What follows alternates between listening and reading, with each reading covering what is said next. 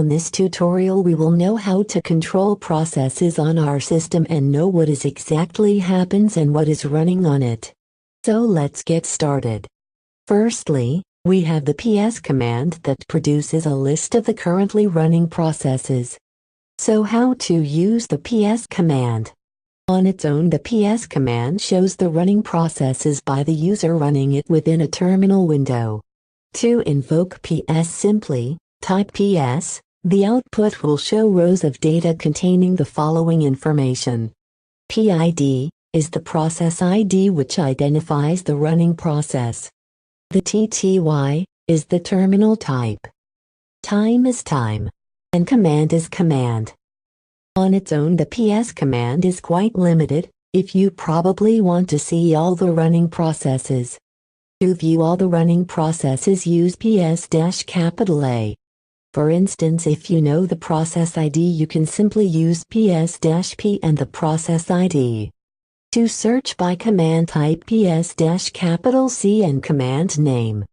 To show almost everything ps can show, type ps-AUX. Then we have the Linux top command. It is used to show all the running processes within your Linux environment. In its basic form, all you need to do to show the current processes is type top in the terminal.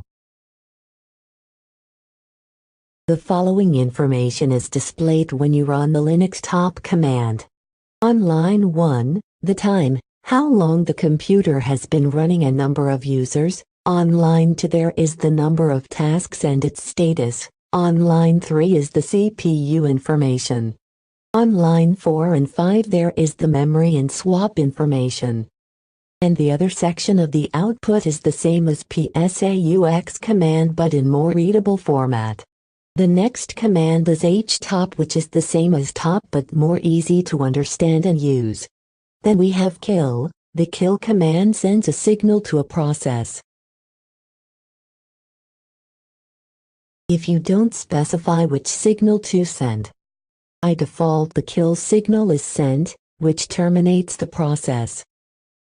To use kill command we have to have the PID of the process.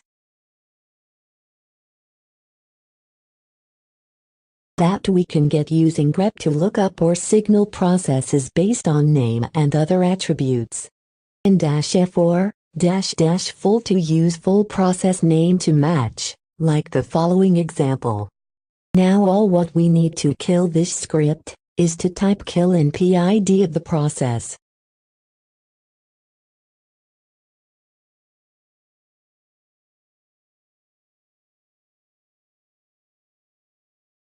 As we can see, we have just terminated the script, and now we can show and control processes on our system.